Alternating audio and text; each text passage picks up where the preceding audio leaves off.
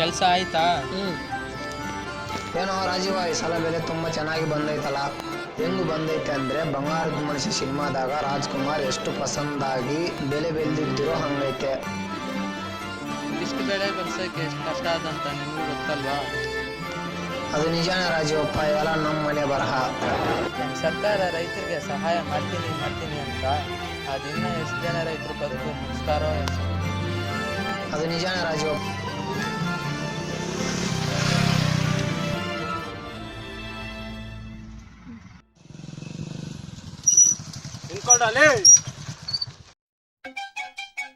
ನಮಸ್ಕಾರ ಬುದ್ಧಿ.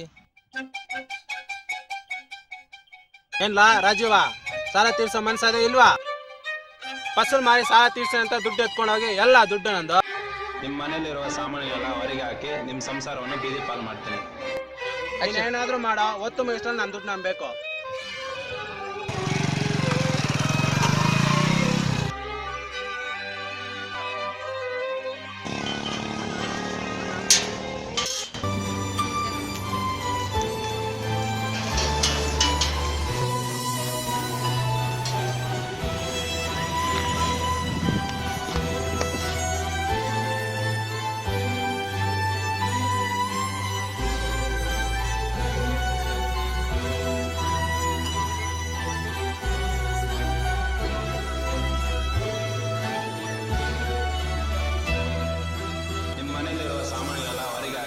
ಸಂಸಾರವನ್ನು ಬೀದಿ ಪಾಲು ಮಾಡ್ತೀನಿ.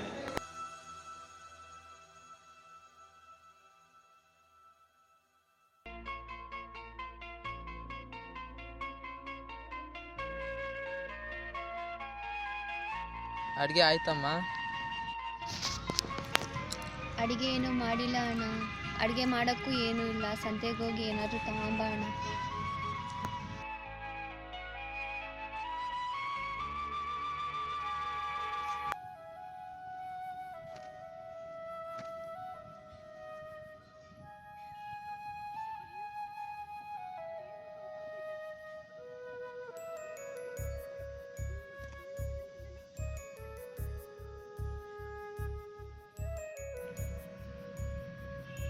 ಈ ಸಲ ಲಾಭನೂ ಅಷ್ಟು ಬಂದಿಲ್ಲ.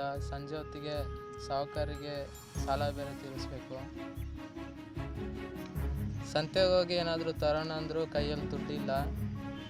ಏನು ಮಾಡಲಿ? ಇಕ್ಕಟ್ಟಾದ ಪರಿಸ್ಥಿತಿಯಲ್ಲಿ ಇದ್ದೀನಿ ನಾನು. ಆ ದೇವ್ರು ನನಗೇನು ದಾರಿ ತೋರಿಸ್ತಾನೋ. ಇದಕ್ಕೆಲ್ಲ ಒಂದೇ ದಾರಿ, ಈ ಸಮಸ್ಯೆ ನನ್ನ ಜೊತೆನೇ ಮುಗಿಬೇಕು.